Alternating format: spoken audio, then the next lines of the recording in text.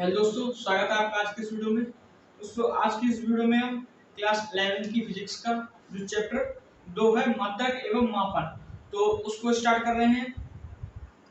चलिए शुरू करते हैं वीडियो को। सबसे पहले बात करेंगे राशियों के प्रकार। जो हमारा दूसरा चैप्टर है उसमें सबसे पहले राशियों के बारे में दिया हुआ है, तो सबसे पहले हम राशियों के बारे में पढ़ेंगे।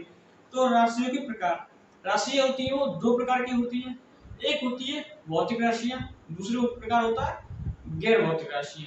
अब बात करते हैं भौतिक राशियां क्या होती हैं। भौतिक राशियां जिन राशियों को मापा जा सकता है उनको हम भौतिक राशियां कहते हैं। उदाहरण के लिए लंबाई, लंबाई को हम नाप सकते हैं। द्रव्यमान, द्रव्यमान को भी हम नाप सकते हैं। तापमान, क्षेत्रफल, घनत्व, इन सबको नाप सकते हैं। जिन राशियों को नापा जा सकता है उसको हम कहते हैं भौतिक राशियां। उसके बाद दूसरा प्रकार है गैर भौतिक राशियां। तो गैर भौतिक राशियां क्या होती हैं? जिन राशियों को हम माप नहीं सकते हैं तो उनको हम गैर भौतिक राशि कहते हैं। उदाहरण के लिए जैसे बिल्डिंग, बिल्डिंग क्या है? अगर आपसे कोई पूछे कि बिल्डिंग, तो आप क्या कहोगे? बिल्डिंग क्या? या आपसे कोई पूछे कि बिल्डिंग की लंबाई, हाँ तो वो भौतिक राशि हो जाएगी। क्योंकि उसमें लंबाई आ गई, तो बिल्डिंग की लंबाई को हम नाप सकते हैं। लेकिन बिल्डिंग, तो बिल्डिंग क्या है? कुछ नहीं। उसके बाद बस, तो बस, बस क्या है? अगर कोई पूछे कि बस की लंबाई, चौड़ाई, ऊंचाई क्या है, तो उसको तो हम माप सकते हैं, तो वो तो भौतिक राशि हो गई। लेकिन बस, बस क्या है? कुछ नहीं। तो ये गैर भौतिक राशियों के उदाहरण है। उसके बाद जो भौतिक राशियां होती है हमारी, वो भी दो प्रकार की होती है। सबसे पहले मूल या मौलिक राशियां होती हैं, तथा दूसरा प्रकार होता है व्युत्पन्न राशियां। मूल राशियां वे होती हैं जो मापन के लिए अन्य राशियों पर निर्भर नहीं होती हैं। मतलब जिसको मापने के लिए किसी दूसरी राशि की सहायता नहीं लेनी पड़ती है। जैसे उदाहरण के लिए लंबाई, लंबाई केवल एक राशि की आवश्यकता पड़ती है, जैसे मीटर, या फिर लंबाई को हम सेंटीमीटर में नापेंगे या फिर किलोमीटर में नापेंगे। उसका द्रव्यमान, द्रव्यमान को या हम किलोग्राम में नापेंगे या ग्राम में नापेंगे।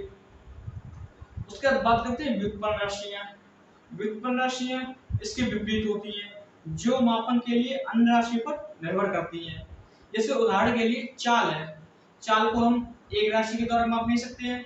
अगर चाल को हम केवल मीटर से नहीं माप सकते हैं, उसके लिए हमें सेकंड की आवश्यकता होती है। तो चाल का फॉर्मूला होता है मीटर पर सेकंड।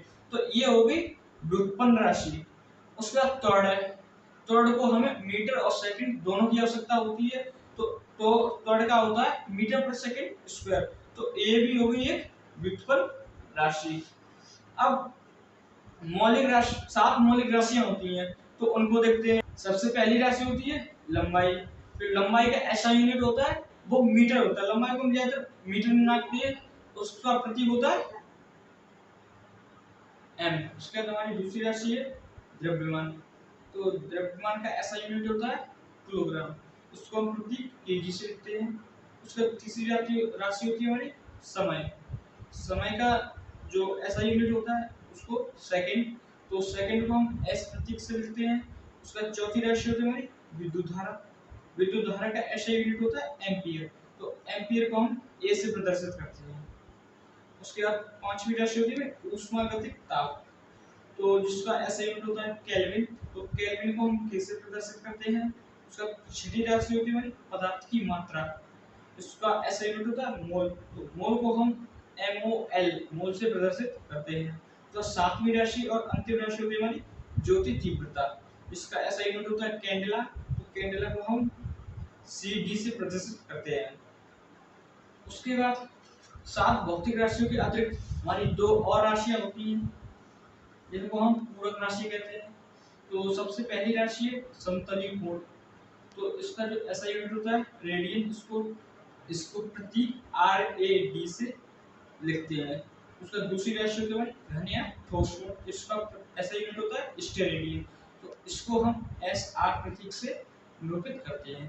तो इन राशियों के बारे में विस्तार से अगली वीडियो में पढ़ेंगे। आज की वीडियो में बस इतना ही।